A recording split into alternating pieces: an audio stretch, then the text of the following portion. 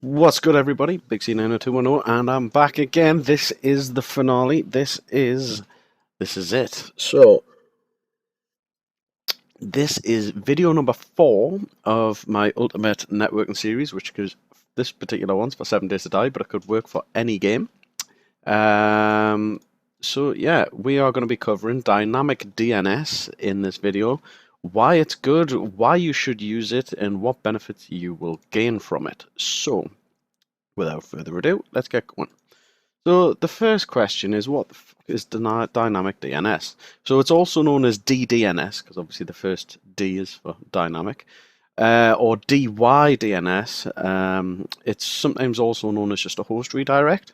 So what it is it's pointing an IP address to a URL. Now a URL is, say, youtube.com or something like that, any kind of web address. Okay, it's dynamic in the sense of that it could change frequently. Okay, so this is generally done.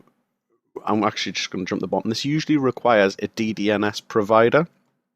So this is like a separate company, or a separate resource, and they will store the DDNS record for you, and then you keep updating it frequently, so that if your IP address changes, it knows about it. So we're going to get to it in a minute. It sounds a little bit complicated, but bear with me.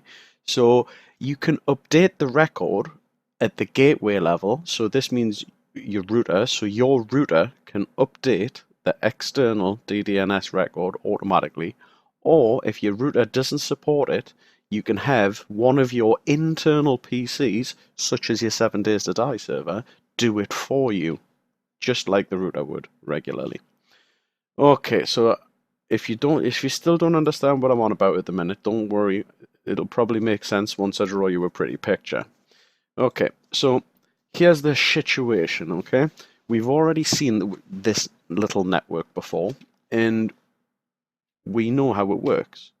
So as an example, these are your friends, this is you, and here is your 7 Days to Die server. So your friends turn around to you and they say, okay, see, what's the address for your server, for your 7 Days to Die server? And I would go, well, it's 27.174.21.25. And they'll go, right, okay. So they'll type that into 7 Days to Die's little server connection tool thing. And then what will happen is 7 Days to Die will hit my router, and then my router will go, we've got a port forward and rules set up for port 26900, which is what we set up in tutorial 2, and it'll go, the 7 Days to Die server is on 106, and it'll send the traffic this way, and my friends will be able to get on my 7 Days to Die server. All is good. Now, the problem that you have is that sometimes routers need to be reset, and this external IP address is given to me by my ISP. Now, my ISP happens to be Virgin Media, but yours could be, I don't know, Verizon, it could be British Telecom, it could be, I don't know, it could be Virgin, it could be EE, it could be anybody. But the point is that usually you will only get this IP address for the period of time that your router is switched on. So just as an example, say I went downstairs, I had a power cut and it switched off my router, and then when it came back on, Virgin Media had given me a different external IP address. So what would happen is all my friends would be like, yo, see, man, this IP address that you gave me doesn't work anymore. And I would have to go and tell all my friends. I'd have to go, oh, yeah, sorry, dude, my router died, and I had to, I've got a new IP address, and my new IP address is 34.174.36.20 something. And it'll mean that I'll have to go and tell all of my friends, or just everybody, that my IP address has changed. So wouldn't it be cool if there was a way where instead of people putting the IP addresses in, I could just give them an address that wouldn't change? So this is where dynamic DNS comes in. So let's just have a look at this. Why bother with dynamic DNS? Well, it enables you to give your friends a small URL, which is easier to remember than an IP address. Because if I said to you it's 26.34.175.6, you're going to go, 5 minutes later, you're going to be like, what the fuck was that IP address again? Whereas if I said to you, oh, my addresses are nguk.ddns.net, that's quite easy to remember. So the other benefit is if your external IP address changes, such as if my router was to go offline, it will update the DNS records so that users can still connect. And the other cool thing about it is you can customize the URL to match either your game or your setup or whatever. So let's just have a little look at how this works. All right. So this, I know that you're probably going to be going, Jesus, what the fuck is that? Now just calm down a minute. All right. So what we're doing here is we're putting in an extra layer of networking in between. Okay. Now just ignore all this shit for now. I'm just going to explain this to you one piece at a time. Okay. So when my friends want to connect to my router, instead of me giving them 27.174.21.25, I can give them my DDNS name instead, my DDNS URL. Now then, this is in the real world, I made, because I run a little game community called Northern Gamers UK, I made a DDNS entry called nguk.ddns.net. Okay? And what it means that in 7 days to die, okay, my friends, all they have to do is put nguk.ddns.net and then obviously put the right port number in and then press connect. Okay? And what will happen is that when they type that in, it goes to my DDNS provider, and my DDNS provider goes, nguk.ddns.net. Ah, yeah, that's 27.174.25, and it automatically passes them to my router. And then my router will go, hold on a minute, what port are you trying to hit? 26900. Ah, you must be wanting to play on 7 Days to Die. The 7 Days to Die server's over there, and then it automatically routes them to here. So that's what all this red's about, okay? So we can see that our DDNS provider resolves to, i.e. points to, our router. So it means that when people type in the DDNS name, that goes to the DDNS provider, which then points to the router, which then points to the server via port forwarding, okay? Now, there are some rather large DDNS providers in the world, but pretty much two of the biggest DDNS providers in the world are no-ip.com and DYN. So they just happen to be providers of DDNS. So, takes us to the next bit. So, now that we know what it does and why, let's do this. Actually, I'll tell you what, let's just quickly go back to this a second. So, my router constantly, I think it's every 2 minutes, tells the DDNS provider, it goes, hello, Mr. DDNS provider, my IP is 27.174.21.25. That's all it does, okay? And this is option 1, because some routers support DDNS and others don't, okay? But mine happens to. But I'll show you how. If yours doesn't, I'll show you what you can do. But what would happen is, if I had that power cut that I was talking about earlier on, and my IP address changed, as soon as my router would come online, it would go, Mr. DDNS provider, my IP address has changed. It's now 34.whatever.whatever.whatever. And then it would mean that as soon as my friends put this in, this would go, all right, you know how you used to be going to 27? Nah, it's changed, go to 30 odd, and it would happen automatically. So it means for all of my friends, they don't need to change anything. The DDNS provider takes care of it. Okay? And obviously, because we set our server as a static IP address in the previous tutorial, it still means that when this traffic hits here and it's on port 26900 for 7 Days to Die traffic, it goes straight to here. Right. Now that we understand all that, let's do this shit. So task 1 is we're going to set up a DDNS account /URL. So what that is we are going to be setting up our own URL that we'll want our friends to use. And then we are going to be task 2, configure the router to auto update the DDNS. So this is task 2, which is option 1. We're going to be setting our router to automatically update the DDNS provider. Okay. And task 3, if your router doesn't support DDNS, I'll show you where you can download the client instead and have it so that your server machine updates the DDNS record for you. So going back to here, say option 1 didn't exist because your router doesn't support it. What we can do is we can install a little piece of software on here, and what that'll do is it'll go out and it'll say, here, Mr. DDNS provider, this is my external IP. So it just means that this PC can do it and can tell the DDNS provider what our external IP address is. So like I say, you've got 2 options.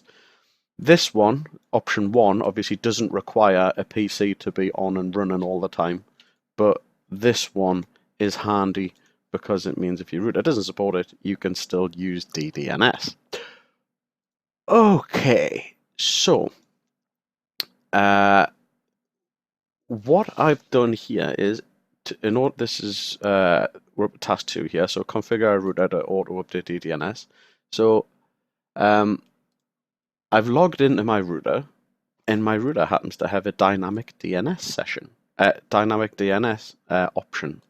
So I've clicked on that, and my router supports a bunch of different providers. Okay, so what I've done was I went to noip.com and I made an account. Okay, so I made an account, I made a username, and I made a password. Okay, now this would be blank to begin with. And this would be unticked. So I've got a username and a password. So what I need to do now is I need to go to the noip.com website and I need to set up a DDNS account.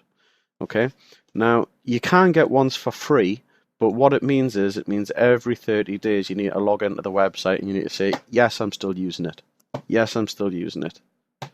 I prefer to pay $19 a year because there's no way I would remember to keep going in every 30 days. But it's up to you. If you want to just try this out, yes, you can. You can, every 30 days, get a free dynamic DNS, or just keep renewing the same one over and over again. But like I say, I pay $19 a year. So I go on here and I've made an account, which mine's Big C90210, and I've logged in. Now, here we can see under hosts/redirects, can you remember at the beginning I said sometimes it's known as a host redirect? We can see that I've made a redirect. Okay, I've already got one, that's my real one, but if you didn't, this is how you would make one. You would press add, and then that would take you to this page.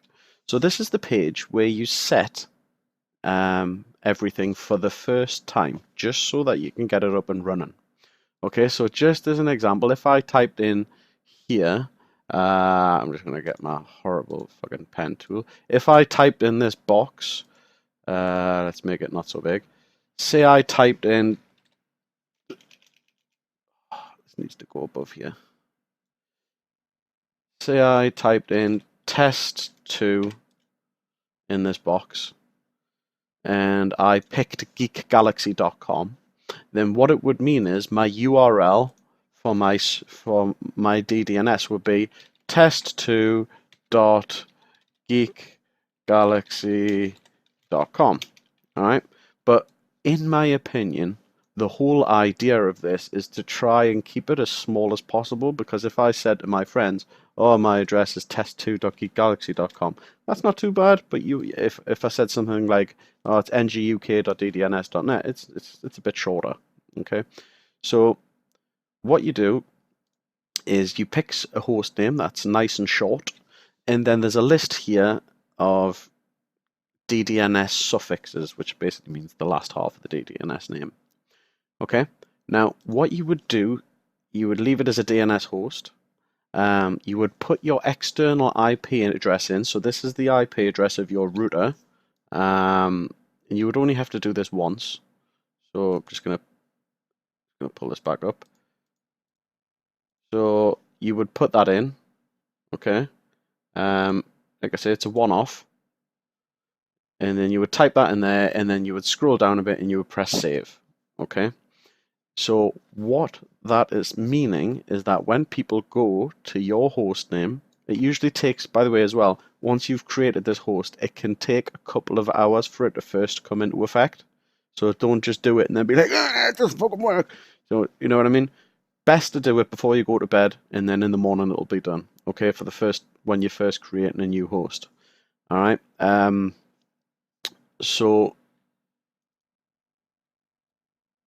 when we go back into our router settings, we can put the address in that we just made before. And we can put our username and password in, and we can put the provider in. Like I say, I use no IP. And we can enable DDNS, and then I can press save. Okay, and what will happen is it'll come up saying connection succeeded. And what that means is, it means now that I've connected the two, my router will periodically, I think it's every few minutes, it will log into noip.com and it'll go, hey, no IP, this is my IP address. And it'll keep doing that, and it'll keep doing that.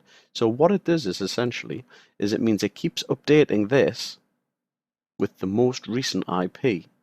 So it means when my friends type in nguk.ddns.net, it redirects them to this, which is my router.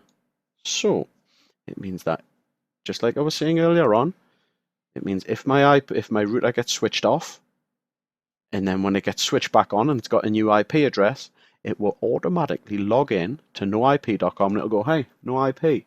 My IP address has changed. This is the new one. And then what will happen is, when your friends go to this address, they'll get the new IP address, and then they'll be able to go straight to your router because they'll be using the DDNS address. Okay, now, so that was task 2 on the assumption of your router supports dynamic DNS. Say you've got a shit router, say your router doesn't support dynamic DNS, you would need to download a client, and you would install the client on your server. It's just, all it is, it's a tiny little Windows app, and all it does, it's exactly the same as this. You know what I mean? It's very, very straightforward. All it does is it asks you for which provider you're using, a username, a password, and a domain name. But it's just a little app that runs automatically on your Windows desktop.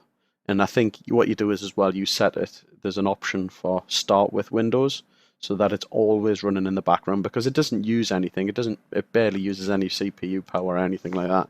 And it just means that because your router can't automatically tell the DDNS if your router IP address changes, say there was a blackout or you've had a power cut and you switch the router back on and your IP address had changed, the router wouldn't be able to tell the DDNS provider that, oh, the IP address has changed. But your server, option 2, your server will go, hey, just to let you know, the router's changed its IP address. And then it will go, okay, the next time people connect, thanks to this PC telling the DDNS provider, it means that you guys can connect to your app. Boosh. That is how you do dynamic DNS. Now, here's a couple of other benefits to you using dynamic DNS. Okay. So this is a similar thing, but check this shit out. Okay. Here's a perfect example of why DDNS is handy. I've got 3 PCs. Okay. One of them I want to host a 7 Days to Die server on. Another one I want to host a Left 4 Dead server on. And another one I want a Mumble server or a TeamSpeak server or a Ventrilo server for voice comms. Okay? So, because I have either this way or this way, because I've got a DDNS entry, like I say, mine is nguk.ddns.net, it means that if someone was playing Left 4 Dead and they put in nguk.ddns.net, it means that because Left 4 Dead uses port 27015, it means that the traffic will hit the DDNS provider. The DDNS provider goes, you looking for this? Yeah, that's this guy down here. So the DDNS provider will pass it to the router. The router will go, hold on, what port are you talking about here? 27015. Ah, you must want to play Left 4 Dead. So what will happen is this person here can use nguk.ddns.net to be routed when they're playing Left 4 Dead automatically to my server, thanks to DDNS taking care of the front of it, and then the router taking care of the port side of things. Okay, it would mean that if friend B wanted to play 7 Days to Die, he would go nguk.ddns.net, and then 7 Days to Die version 12 and above, well, at the minute uses 26900. It means that when he goes and puts that in, he gets resolved to the DDNS provider. The DDNS provider says, "Up, yep, this is the router that you want to be talking to." His traffic hits the router, and then the router goes, "Hold on a minute, what port are you? 26900. Ah, you all want to play 7 Days to Die, don't you?" So then he ends up over here playing 7 Days to Die. And then you got the last guy on the end who doesn't play games because he's a fucking idiot, and he just wants to use Mumble just to talk to everybody and troll them. So he fires up Mumble, he puts nguk.ddns.net into Mumble, and Mumble's default port is 64738. And then again, his traffic hits the DDNS provider, that gets passed on to the router, and the router goes, "What port are you? 64738. How you just want to talk on Mumble? I'll pass you over here." So what it means is, it means all three people are just using nguk.ddns.net, and the traffic is being routed to the router thanks to the provider, and then the router is taking care of dividing the traffic to wherever it needs to go based on the port. Get it? Good. Now, since you're a 7 Days to Die boss, he has one more scenario where this could be important, okay? So, you've got your three friends again. These two guys want to play 7 Days to Die. The third person wants to look at Alex's map, because we all like to see the real-time server mapping, so why not? So, let's kind of start this from the bottom. On your server, in the server, oh, one second, I'm just going to put that above, there. So in server config.xml, okay, this, you must have Alex fixes installed to do this, by the way. In server config.xml, you will have a value for control panel enabled. This is your web control panel. If this is enabled, or even if it's not enabled, whatever the port number is, +2 is what Alex mapping is on. Okay? So, as an example, mine is, I use 8088 for my web console connection. You add 2 to that, and that's what port the map is hosted on. So 8088 +2, 8090. Okay? So, what I need to do if I want to make the map externally visible to people is I would go into the router, I would say make a new port forward and rule so that 8090 points to 192.168.1.106. So it means that we now can divide the traffic two different ways, which both point to the same server, but they point to two different ports on the same server. Okay? So, the situation that we end up in is these two guys, they want to play 7 Days to Die. They are using the 7 Days to Die client, which uses port 26900. They've put nguk.ddns.net into the server browser, which takes them to the DDNS provider. The provider then points them to the most recent IP address. And then the IP address port forwards them to the 7 Days to Die server, which is running on 26900. Our third person, on the other hand, has opened up Google Chrome, okay? And he has literally typed nguk.ddns.net :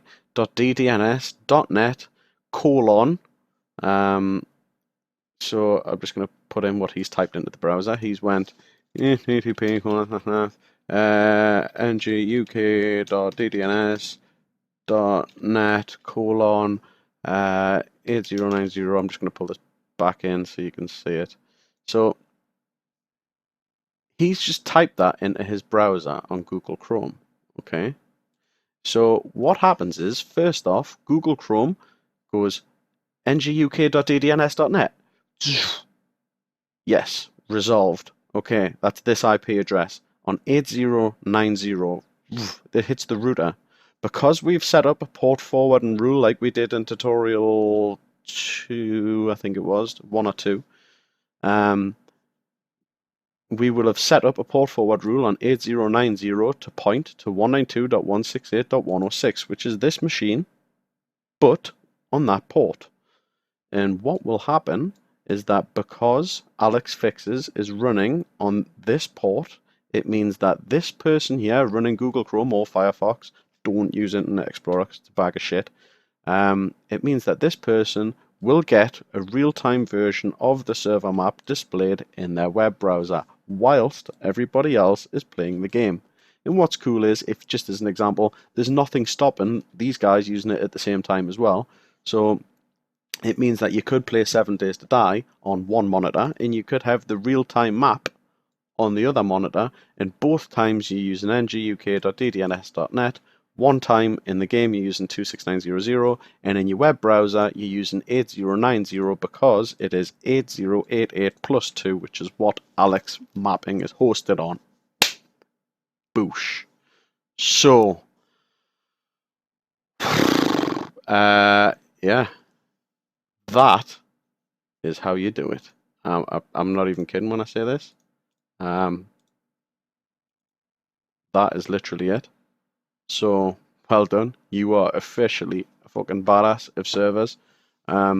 Just going to go over everything that we've done so far. We've worked out the internal IP addressing of our network, or external IP addressing of our network. We've worked out how to set up port forwarding, so when our friends connect to our router can point it to the right server, to the right PC, which is hosting our game server. We have learned how to set our game server so that it's a static IP, so it never changes. So even if we turn off our server and turn it back on, it's always going to be using the same IP. We've learned how to reserve an IP address on the router so that if the router will never accidentally give the server's IP address away to a different computer. And we've also learned how to bind it to a MAC address so that if we unplugged it and if someone say unplug that server and try to plug another one in, it still wouldn't get the right IP address because that 106 IP address will only be given to that port. Okay.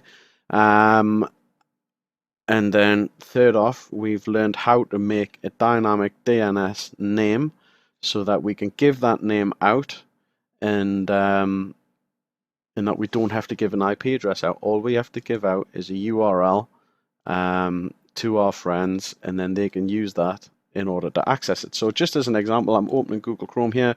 I'm going to go nguk.ddns.net, port 8090, and this is a real port. And there you go. Here's my server map in real time. You will notice that there's no extra shit around the map because I want everybody to be able to use it, but that is a different tutorial that I've already wrote. Alright people, thank you very much for watching this series. You should know absolutely everything. If you've watched part 1, 2, 3, 4, you should now be an absolute god of game servers, and you should pretty much know everything to do. Please like this video, subscribe, tell your mom, pass it on, because this doesn't just work for 7 Days to Die, it works for every server, and I shall see you guys next time. So, well-deserved drink. I'm going to drink some questionable coloured water. And yeah, see you guys next time.